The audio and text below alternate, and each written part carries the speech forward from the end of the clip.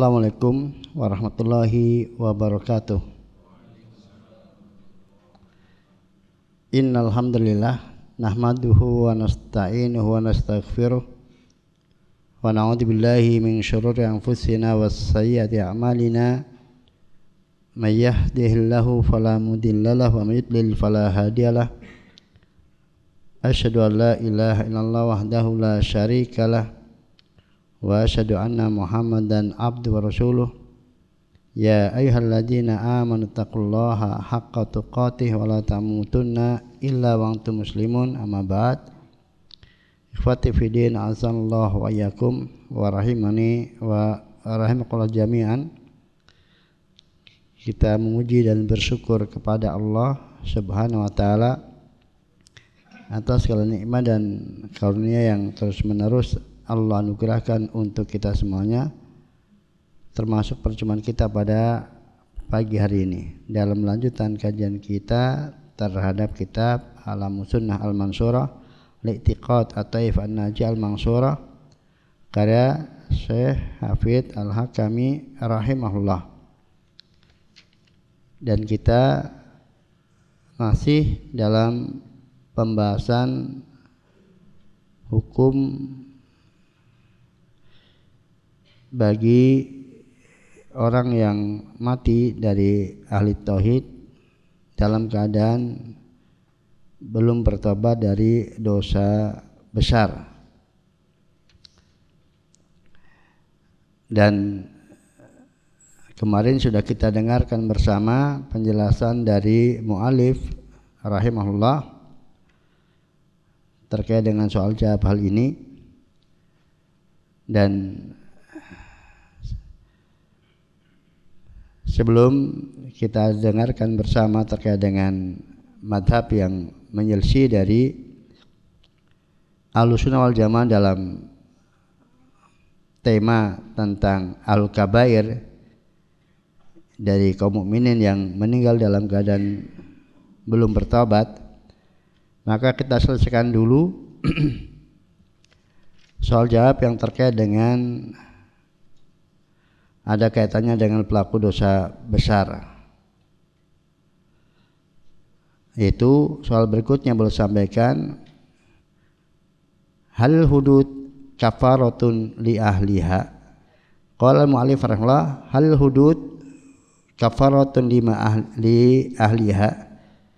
Apakah hukuman yang terukur, hukuman yang sudah ada ketentuannya dengan hukuman tertentu itu sekaligus sebagai penghapus dosa bagi pelaku dosa-dosa tersebut yang mendapatkan hukuman? Al-jawab, qala Nabi sallallahu alaihi wasallam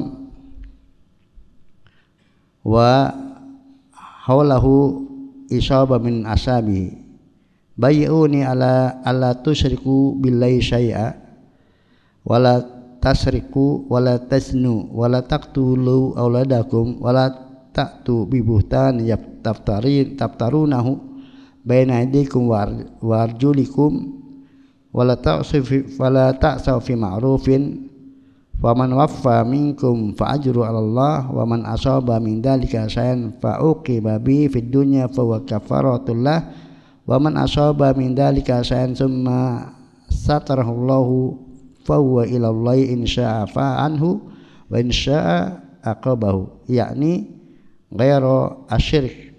Qala Ubadah fa bayanahu ala dzalik. Jawabannya, Nabi sallallahu alaihi wasallam bersabda, dan ketika itu ada beberapa sahabat di sekeliling Nabi sallallahu alaihi wasallam. Beliau bersabda, berbaiklah kalian kepadaku untuk tidak mempersekutukan Allah dengan sesuatu pun, untuk tidak mencuri, untuk tidak berzina, untuk tidak membunuh anak-anak kalian, dan untuk kalian tidak berbuat dusta yang kalian buat di antara tangan kalian dan kaki kalian. Maksudnya menisbatkan anak kepada selain bapaknya bagi para wanita yang melahirkan anaknya, lalu dinisbatkan kepada yang bukan bapaknya. Dan jangan kalian durhaka kepada sesuatu yang ma'ruf. Maka barang siapa yang menunaikan dari kalian, maka ganjarannya ada di sisi Allah Ta'ala. Dan barang siapa yang terkena dari hal di atas, sesuatu dari hal-hal di atas tadi, maka dia akan mendapatkan, lalu kemudian dia mendapatkan hukuman dengan sebab itu di dunia, maka hukuman itu adalah sebagai kafarah baginya. Namun barang siapa yang dia melakukan sebagian dari hal-hal di atas, kemudian Allah tutupi sehingga tidak kena hukuman, maka itu kelak dia kembali kepada Allah Ta'ala. Apakah Allah memaafkan dia, atau jika Allah berkehendak Allah memaafkannya, dan jika Allah berkehendak maka Allah menghukumnya. Maksud dari dosa-dosa di atas lah apabila dia tidak meninggal, dia tidak dalam keadaan syirik. Dan Ubadah mengatakan, maka kami pun berbaiat kepada Nabi atas hal itu. Ya, maksudnya dari hadis ini jawaban mu'alif sangat jelas ya, bahwa apabila seorang berbuat dosa besar dan sudah kena hukuman dari qadhi, dia dilaporkan atau ditangkap lalu dihukum sesuai dengan hukuman syar'i, potong tangan misalnya, atau rajam, atau didera, maka sekalipun dia tidak bertobat dari dosanya tersebut dan mati dalam keadaan belum bertobat, maka dosa yang telah dihukum itu terampuni. Jadi dengan hukumannya, jadi dia terampuni dosanya dengan hukuman yang telah dia terima di dunia, sesuai dengan nas dari Nabi SAW ketika beliau bersabda, fa'uqiba bi fid dunya fa wa kafaratullah, lalu kemudian dia hukum di dunia dengan sebab dosa tersebut, maka itu sebagai kafarah baginya. Jadi dia tidak menerima hukuman double, di dunia dihukum, di akhirat dihukum untuk dosa yang sudah dihukum tersebut dari hudud ya.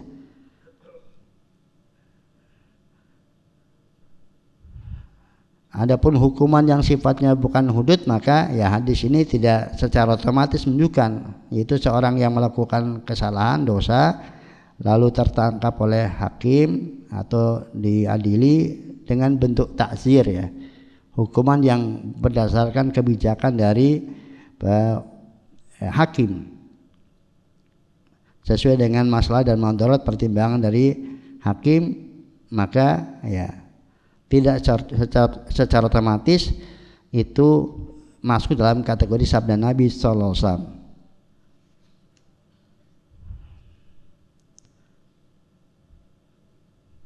Selanjutnya, pertanyaan berikutnya, mal jam'u baina qaulihi sallallahu alaihi wasallam fi hadzal hadis fa huwa ilallah in sya'afa anhu wa in sya'a aqabahu wa baina ma taqaddama min anna man rajat sayiatu biasana tidak kholan nar.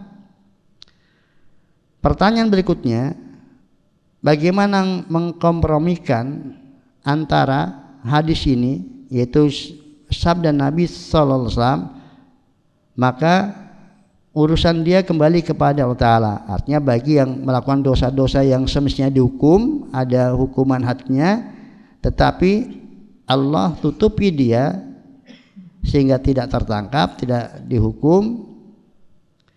Maka jika Allah mengendaki, nanti di akhirat Allah memaafkannya, dan jika Allah mengendaki Allah menghukumnya. Dengan bahasan yang sudah lalu, bahwa barang siapa yang sayiatnya itu lebih berat daripada hasanatnya, maka dia masuk neraka. Ya, artinya hadis pelajaran kemarin kan menunjukkan bahwa kalau sayiatnya lebih berat daripada hasanatnya, dia masuk neraka. Sementara di sini apabila Allah menghendaki, Allah mengampuni, dan apabila Allah menghendaki, Allah menghukumnya. Jadi menunjukkan berarti ya, nggak mesti masuk neraka yang sayyiatnya lebih berat dari hasanatnya. Al-jawab la munafata bainahuma fa inna man yasha illahu ayafu anhu bi yuhasibu al-hisaba al-yasira alladhi fassarahu an-nabiy sallallahu alaihi wasallam bil ard. Tidak ada kontradiksi antara keduanya, karena barang siapa yang Allah kehendaki untuk memaafkannya, maka Allah akan menghisapnya dengan hisap yang mudah, sebagaimana Nabi sallallahu alaihi wasallam jelaskan dengan makna al-ard, yaitu cuma dihadapkan, hamba menghadap kepada Allah dan Allah menghadapkan kepada hamba catatan amalnya. Wa qala fi sifati yadnu ahadukum min rabbi azza wa jalla hatta yadwa alaihi kanafah fayaqulu amilta kada wa kada fayaqulu na'am wa yaqulu amilta kada wa kada fayaqulu na'am wa yuqarriruhu thumma yaqulu inni satartu alayka fid dunya wa na'afiru laka wa anna afiruha laka al-yaum. Di mana Nabi sallallahu alaihi wasallam menjelaskan tentang proses ya dari art itu, seperti apa model art itu, yaitu kalian akan dekat kepada Rabb kalian sampai kemudian Allah meletakkan tutup ya, lalu kemudian Allah berfirman, bukankah kamu telah berbuat demikian dan demikian? Maka hamba yang mukmin yang berdosa tadi, dia mengatakan iya betul. Lalu Allah berfirman lagi, bukankah kamu telah melakukan demikian dan demikian? Maka dia pun, hamba tadi menjawab betul. Maka Allah mengakukan perbuatan tersebut. Ya, semua dosa-dosanya diakukan kepadanya, hamba mengakuinya, lalu berfirman Allah Ta'ala, sungguh aku telah menutupi dosa-dosamu tersebut di dunia atasmu. Jadi Allah tidak menampakkan kepada manusia sehingga kemudian dia mendapatkan hukuman karena dilaporkan atau karena ditangkap oleh hakim. Itu bainahu wa bainallah, dosa tersebut. Padahal dosa-dosa tersebut itu ya semestinya mendapatkan hukuman di dunia seandainya dia ketahuan oleh manusia. Ya, maka sebagaimana aku tutupi hal itu di dunia untukmu, kata Allah Ta'ala, maka pada hari ini aku ampuni itu semuanya untukmu. Ya, lalu bersampaikan wa amal ladzina yadkhulun nar bidunubihim fa mimman yunaqashu al-hisab. Waqad qala Allah waqad qala sallallahu alaihi wasallam manuqisu al-hisaba wa al-hisaba udhib.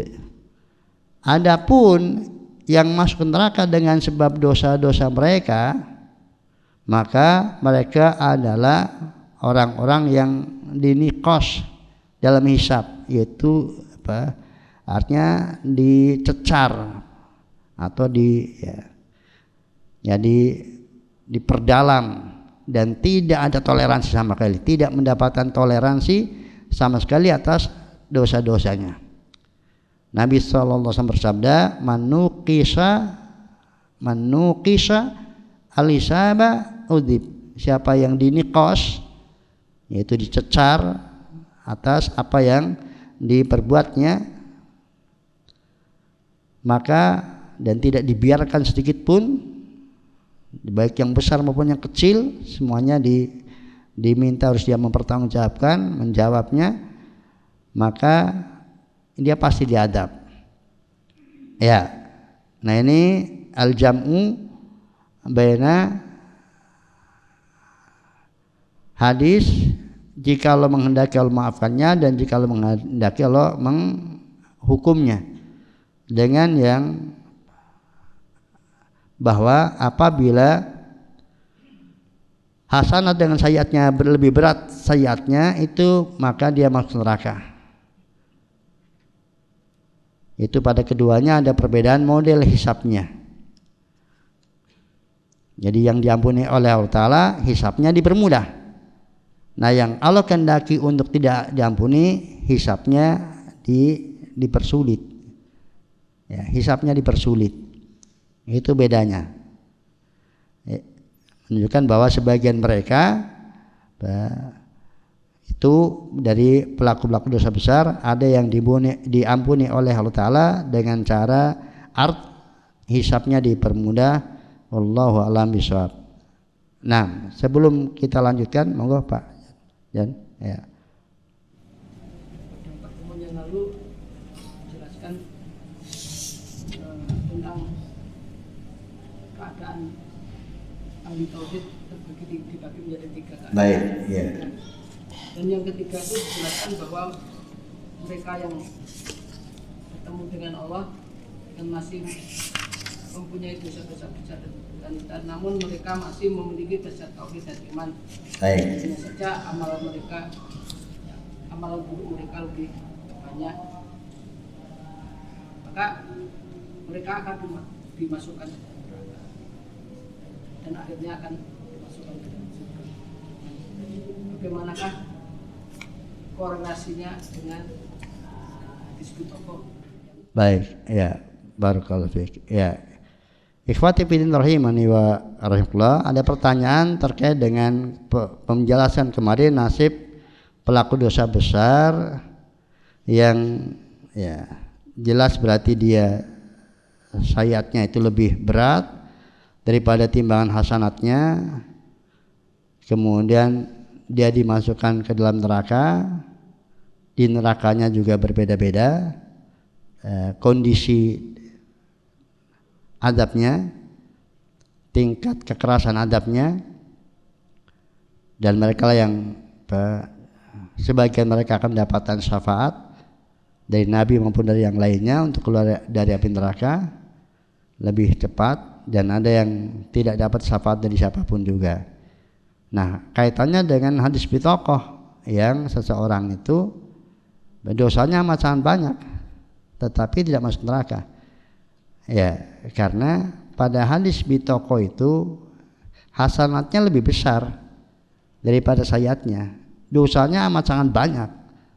Ya, bisa dibayangkan dosanya itu 99 gulungan.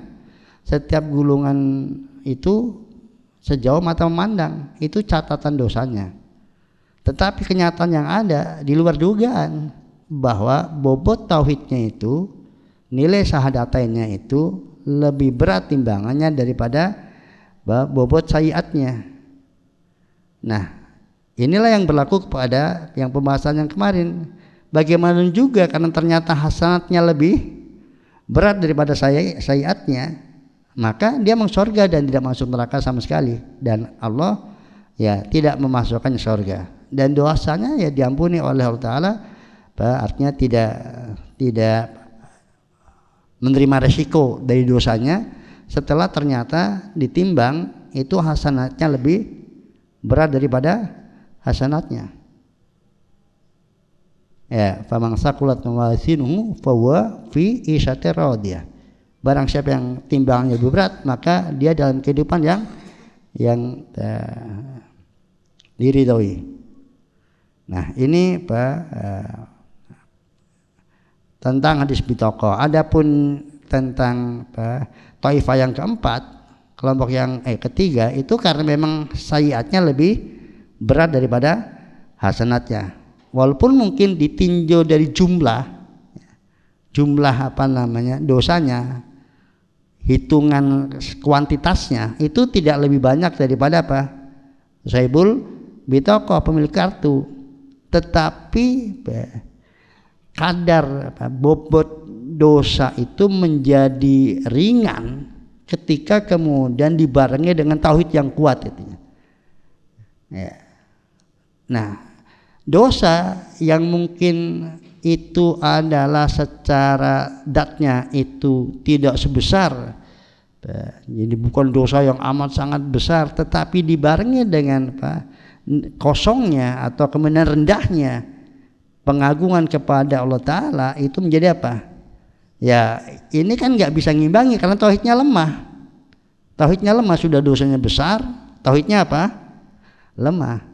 Tetapi dosanya besar syaratnya, tetapi tauhidnya kuat, ya, maka bisa mengimbangi. Nah, itu yang terjadi pada Sahibul Bitokoh. Dan ceritanya itu ada satu orang dari umat ini, ya. Dan kayaknya bukan kita gitu. Ya, cuma satu orang soalnya dari umat Muhammad SAW. Ada seorang dari umat Muhammad Sallallahu Alaihi Wasallam. Ya, jadi, nah yang kita khawatirkan itu bobot tauhid kita rendah dan dosa-dosa kita banyak, dan itu dianggap dan ternilai bobotnya besar. Sehingga karena kata Imam Ibnu Qayyim rahimahullah, setiap orang yang meninggal dalam keadaan sah tauhidnya pasti punya bitokoh itu, pasti dia punya bitokoh bertulisan syahadatain, hanya saja kekuatan, jadi kadar bobotnya bitokohnya berbeda satu dengan yang lainnya. Maka ada yang gini, ada yang sayyiatnya lebih berat daripada hasanatnya. Jelas dia di dalam hasanatnya pasti ada bitokoh, ada apa? Ada tulisan syahadatain pasti ya, karena dia sah imannya. Kalau imannya nggak sah, nggak ada syahadatain pada dirinya. Wallahu a'lam bishawab. Nah, ya cukup Pak John. Ya, kita lanjutkan ikhwan rahimani wa rahimakumullah. Jadi terkait dengan nasib pelaku dosa besar, sebelum kita kepada aliran sesat dalam hal ini, maka saya sampaikan ringkasan terkait dengan bagaimana pandangan Ahlussunnah wal Jamaah ya, terkait dengan pelaku dosa besar yang belum bertobat tentunya ya, yang dia tidak bertobat dari dosanya. Sebab kalau kemudian sudah bertobat, tidak melekat padanya ahlul kabair. Disebut ahlul kabair selama dia belum bertobat. Ada beberapa poin penting, ya 4 poin di sini yang bisa diringkaskan. Yang pertama, bahwa Ahlussunnah wal Jamaah memiliki keyakinan bahwa dosa-dosa besar, bahkan dosa secara umum itu bahaya ya. Ya, karena dengan dosa-dosa besarnya tersebut telah mengurangi keimanan dan ketauhidan seorang. Dan dosa itu adalah ya sesuatu yang mengantarkan kepada kekufuran, dan terkadang berdampak pelakunya keluar dari Islam dengan sebab dosa-dosanya. Ya, jadi Ahlussunnah tidak berpandangan bahwa dosa-dosa besar itu hal sepele, tidak. Ya, tetap dosa besarlah hal yang amat sangat berbahaya bagi pelakunya, bisa mengantarkan pada dosa, kepada keluarnya dia dari Islam. Itu yang pertama. Kemudian yang kedua, bahwa pelaku dosa besar itu di dunia tidak divonis sebagai kafir dengan sebab dosa-dosa besarnya, dan sudah berlalu pelajaran ini. Kemudian yang ketiga, bahwa pelaku dosa besar kelak di akhirat, maka dia tergantung kehendak Allah Ta'ala. Jika Allah menghendaki maka Allah maafkannya, namun jika Allah menghendaki mengadabnya maka Allah mengadabnya.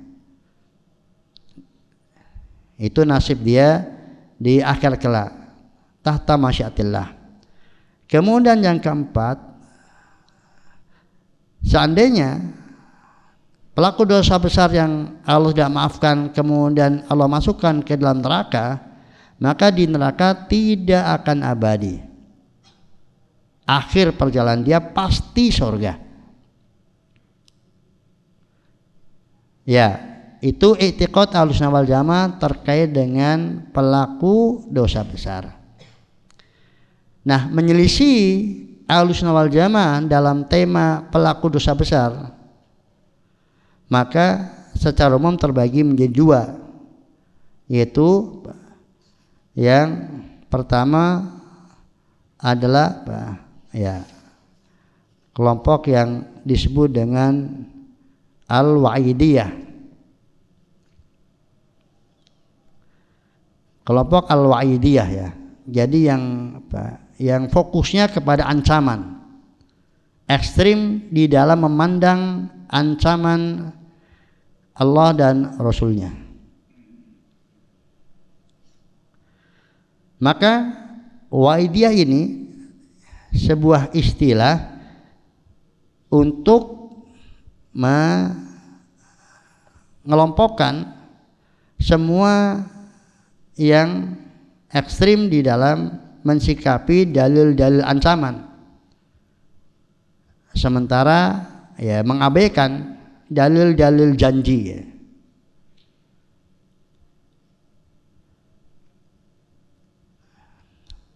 Seperti Khawarij dan Mu'tazilah.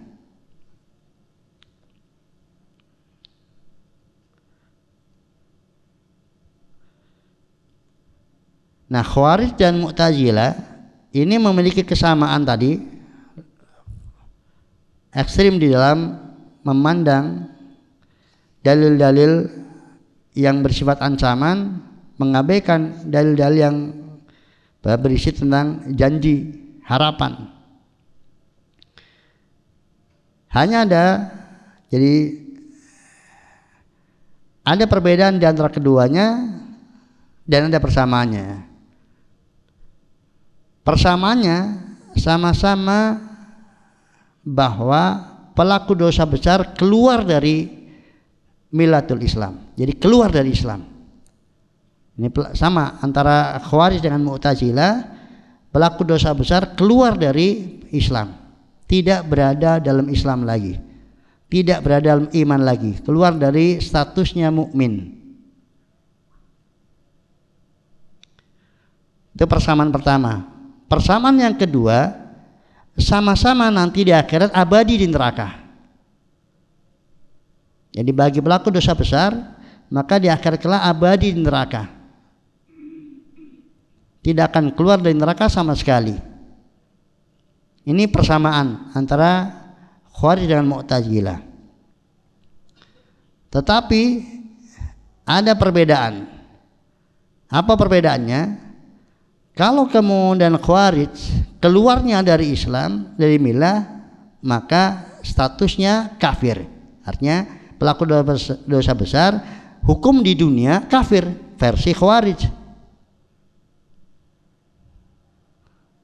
Berbeda dengan Mu'tazilah. Kalau Mu'tazilah keluar, jadi pelaku dosa besar itu keluar dari status mukmin, tetapi tidak kemudian berstatus kafir. Dia adalah manzilah baina manzilatain. Ya, ada di satu posisi di antara dua posisi, antara mukmin sama kafir. Mukmin bukan, kafir juga bukan.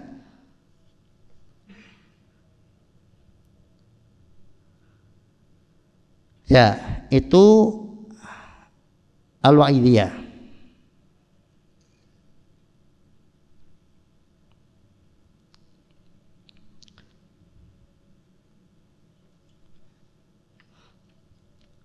Kemudian mazhab yang kedua itu mazhabnya Murji'ah.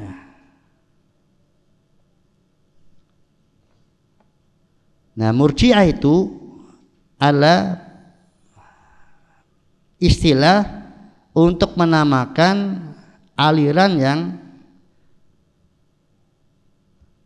mengeluarkan amal dari nama iman. Ya, semua aliran yang mengeluarkan amal dari nama iman itu Murji'ah. Nah, nanti tinggal mereka berbeda-beda kadar keekstrimannya di dalam menyatakan tentang al-iman. Ya, sebagaimana kita ketahui bahwa Ahlussunnah wal Jamaah itu kan al-iman itu qaulun wa amalun, perkataan dan perbuatan. Qaulul qalbi wa amal qalbi, perkataan hati dan perbuatan hati. Ya, qaulul qalbi wa qaulul lisan, perkataan hati dan perkataan lisan. Kemudian amalul qalbi, amul lisan dan amul jawarih, perkataan hati, perkataan lisan dan perbuatan hati, perbuatan lisan dan perbuatan anggota badan. Nah, Murji'ah itu amal nggak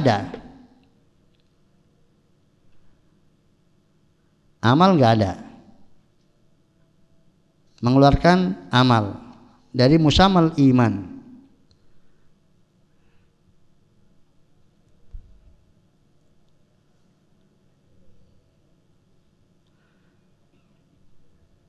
Nah, terkait dengan paham Murji'ah, kaitannya dengan pelaku dosa besar, maka bisa diringkas sebagai berikut ya.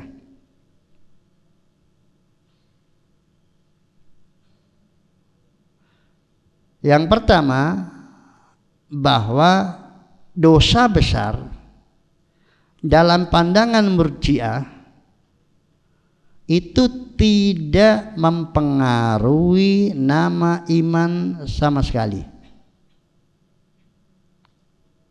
Maka pelaku dosa besar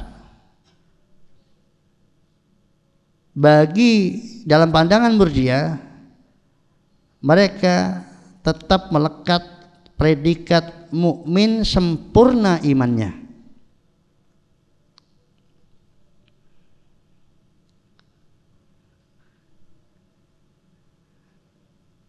Ya, jadi ketika mereka mengatakan bahwa amal tidak masuk dalam nama iman, maka ketiadaan amal ya tidak kemudian mempengaruhi iman seseorang.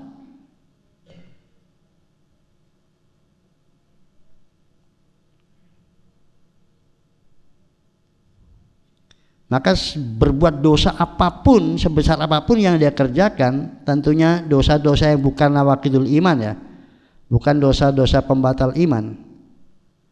Ya, bahasan dosa besar yang sudah di disclaimer sejak awal ya, apa yang dimaksud dengan dosa besar. Maka itu tidak mempengaruhi status keimanan seorang. Jadi tetap imannya sempurna. Kemudian bagaimana nasib mereka di akhirat dalam pandangan Murji'ah? Jadi pelaku dosa besar ya dia imannya sempurna tetapi bagaimana nasib mereka di dunia, di akhirat? Maka secara umum bahwa Murji'ah itu terbagi menjadi 3 pandangan tentang nasib pelaku dosa besar di akhirat.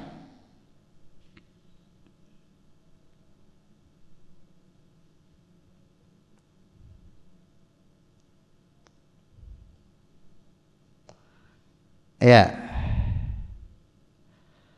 Pandangan yang pertama, jadi pelaku dosa besar ini terancam di akhirat.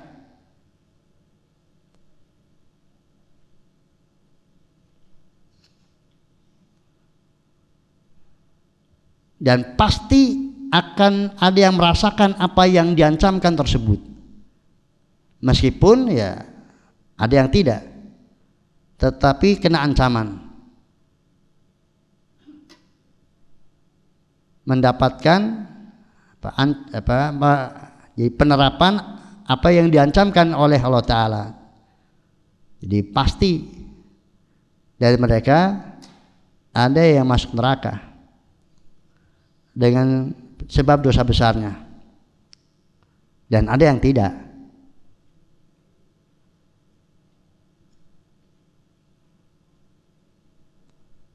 Nah, ini pandangan murjiatul fuqaha ya. Murjiatul fuqaha. Yang sebagian ulama itu menjadi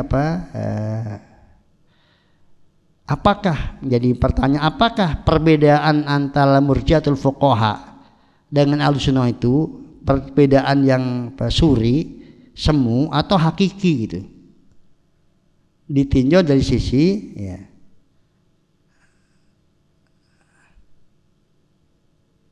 sama-sama beresiko di akhirat bagi pelaku dosa besar. Ya, sebagian ulama termasuk Syekh Shalih Al-Utsaimin hafizahullah belum tegas bahwa perbedaannya hakiki. Karena ya menyelisih syariat. Murjiatul fuqaha tidak sesuai dengan bagaimana nusus Alkitab dan Sunnah. Ketika mensifati pelaku dosa besar sebagai mukminun kamilul iman, mukmin yang sempurna imannya, dan itu tidak bisa dianggap sepele. Maka sejak awal kemunculannya Murji'ah sudah keras para ulama salaf terdahulu. Begitu muncul paham Murji'ah, mereka amat sangat keras penentangannya dan tidak dianggap ringan. Maka kalau permasalahannya itu perbedaan yang semu, artinya suri, nggak berdampak negatif, ya nggak berdampak besar, tentunya tidak akan keras sikap para ulama salaf terdahulu. Kemudian pandangan yang kedua dari kalangan Murji'ah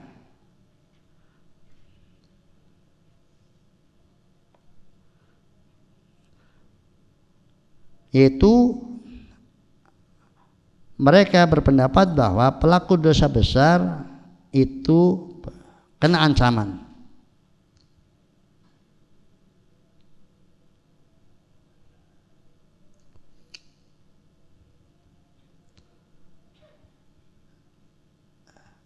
Dan mereka membolehkan ancaman itu mengena kepada semua yang mati dalam keadaan melakukan dosa besar.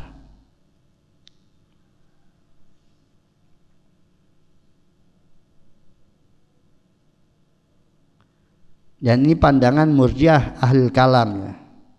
Murji'ahnya Syiah dan Murji'ahnya Ahlul Kalam.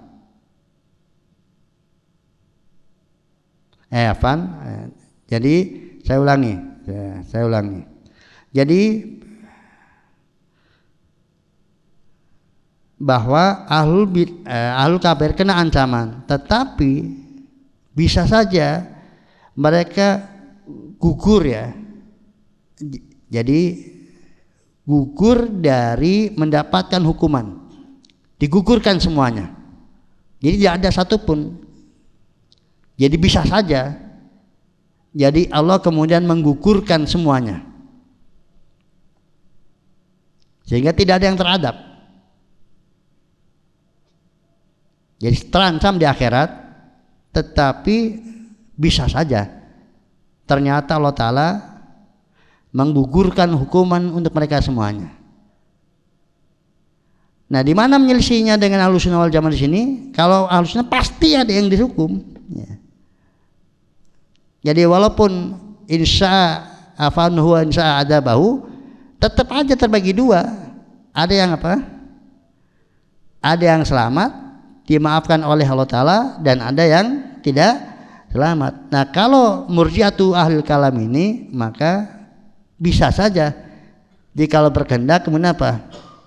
Allah mengampuni semuanya sehingga bebas dari hukuman Allah Ta'ala. Ya. Dan ini menyelisih nusus yang ada. Jelas, karena dalil-dalil yang ada menjelaskan adanya yang mereka masuk neraka, yang kemudian mereka mendapatkan syafaat dari para syafin, dan ada yang tidak mendapatkan syafaat sama sekali, baru Allah Ta'ala yang mengeluarkan mereka dari neraka.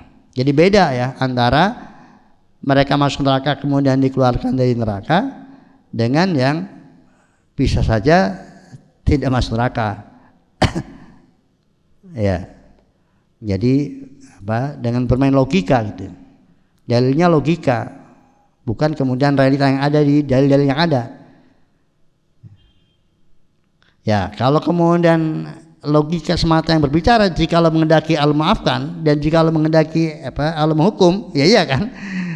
Kan kalau kemudian kita bicaranya hanya sebatas itu, ya bisa saja memang Allah mengampuni semuanya. Tapi permasalahannya adalah dalil yang ada tidak gitunya. Dalil yang ada Allah tetap menghukum mereka pada sebagian mereka. Ya. Kemudian yang ketiga,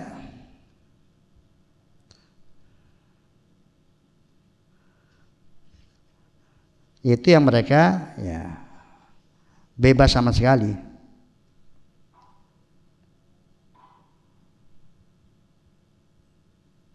Afan, jadi ya, jadi dari sini sebutkan tiga, tetapi kenyataannya cuma dua ya.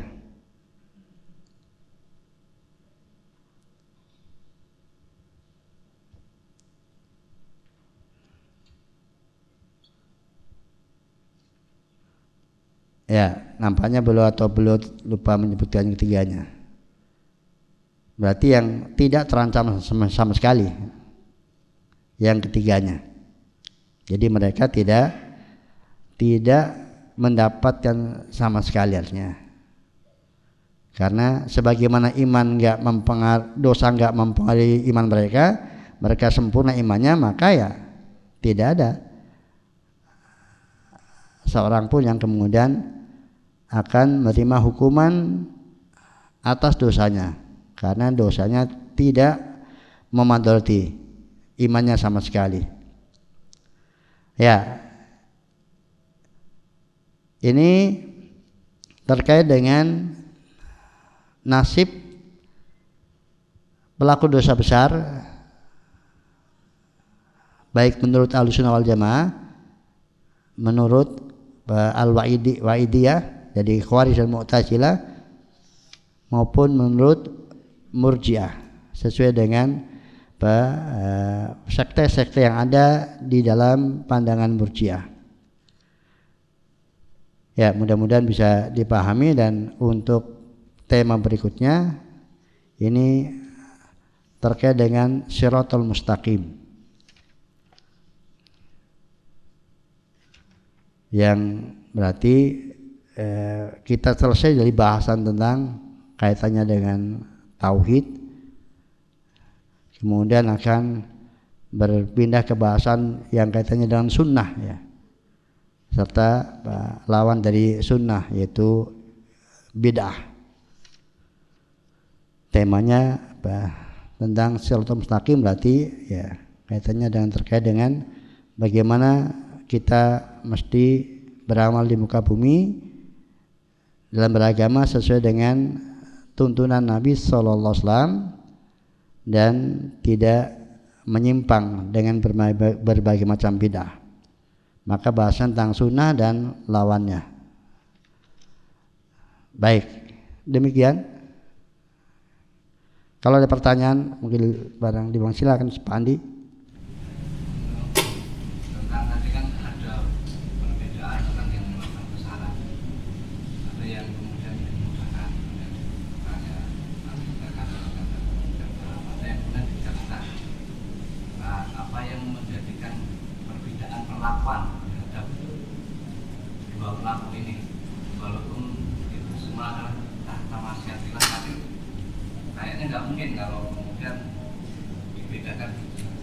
Ya. Kemudian yang kedua, menyambung pertanyaan Pak Jun itu nanti di toko itu kan hadis yang panjang itu orangnya stres juga itu.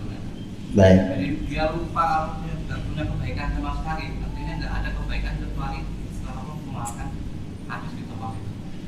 Kalau tadi dikatakan ada seorang, mungkin hanya satu, tapi hadis yang lain kan enggak, di hadis Mu'adz bin Jabal kan menerangkan al-hakul bifat alamun idza fa'alu dari itu kan Allah yang dibahu.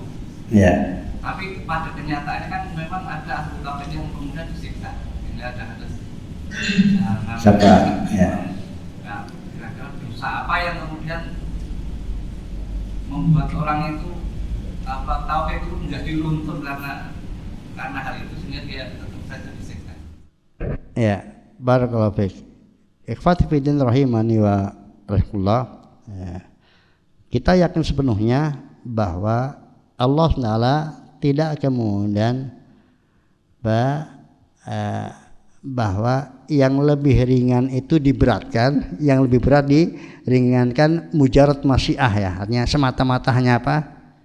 Hanya masyiah, berkehendak. Tentu ada sebab-sebabnya yang melatar belakangi demikian. Tetapi ini yang Pak ya, wallahu alam terkait dengan apa latar belakang tersebut. Tetapi yang jelas bahwa ya, dosa ditinjau lidatnya kan sudah jelas ya. Ada batasan-batasan namanya dosa besar, dosa kecil sebagaimana telah kita ketahui. Nah, ya, tauhid ternyata memiliki pengaruh yang sangat besar. Dan tauhid itu kan kaitannya ya dengan pengagungan kepada Allah Ta'ala, kecintaan kepada Allah Ta'ala. Maka sesama pemilik tauhid tentunya akan berbeda ya. Berbeda dengan seseorang yang dia mengenal Allah SWT dari si pengagungan dalam hatinya, dari si ketakutan dalam hatinya, meskipun kemudian sama-sama berdosa itu.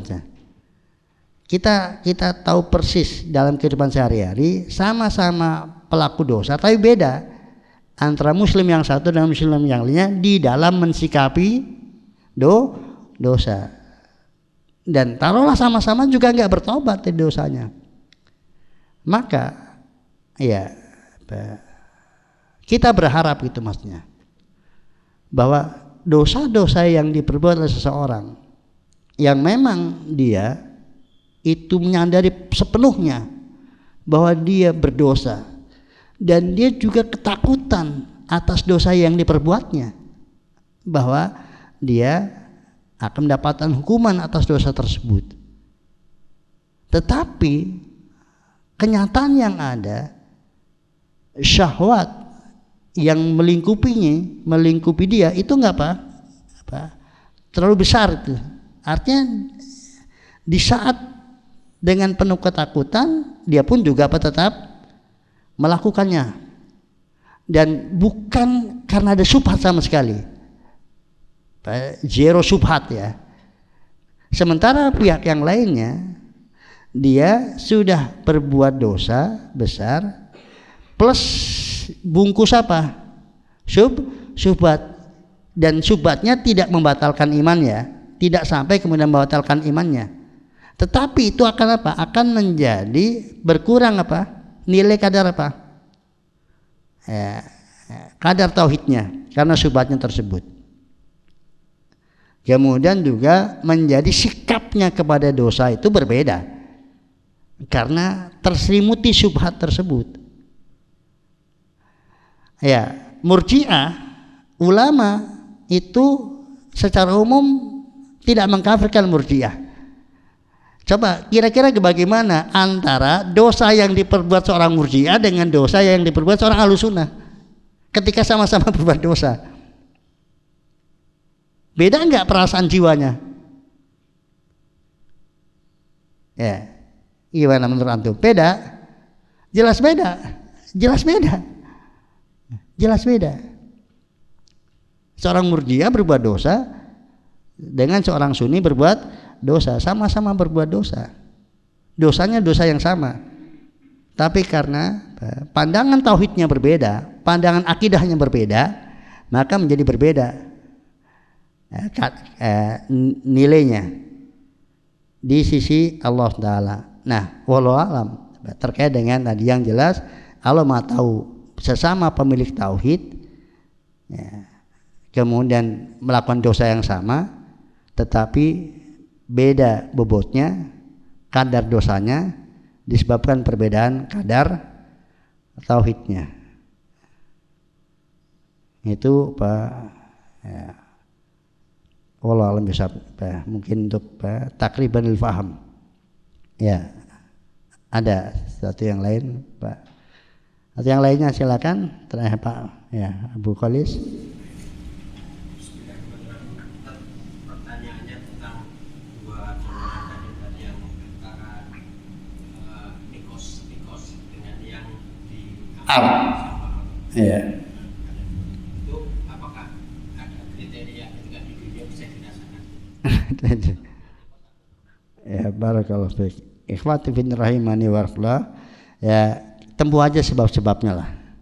Ya, jadi untuk kemudian kita merasakan nggak bisa, tapi tempuh aja sebab-sebabnya. Ya, kalau kita berharap dimudahkan atas kesalahan-kesalahan kita di sisi Allah Taala, ya kita nggak bisa meninggalkan kesalahan, dosa. Misalnya kita nggak bisa meninggal, maka harapan kita tinggal apa? Kalau ada orang salah sama kita, ya gampang-gampang aja memaafkan itu ya.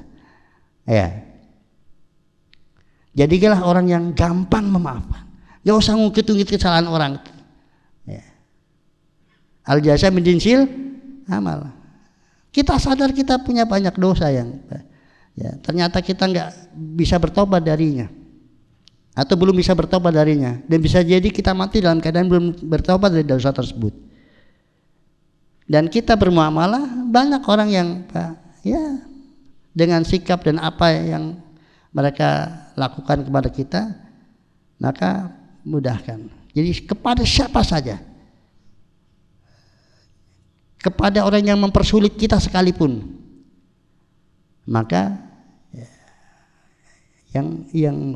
jadilah orang yang muyasir, yang gampang, yang mempermudah.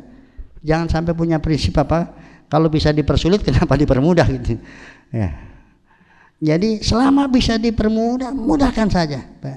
Selama memudahkan itu tidak menghalalkan yang Allah haramkan. Ketika kita membuat mudah saudara kita, gampang saudara kita, bukan hal-hal yang dosa ya, bukan itu sesuatu yang dilarang oleh Allah SWT. Ya, itu aja Pak. Kalau kemudian kita selama ini sulit banget ya. Pokoknya orang kalau berurusan sama kita kok kayaknya enggak mudah, minta ini susah lah, ya susah. Jadi pelit kita, pelit materi, pelit tenaga, pelit pikiran. Jadi sehingga orang pun ya enggak berani mendekat sama kita karena percuma gitu ya. Kalau didekati percuma, apa yang saya harapkan dari dia selama ini sulit. Nah, khawatirnya kita dipersulit. Ya, caranya dia nikos.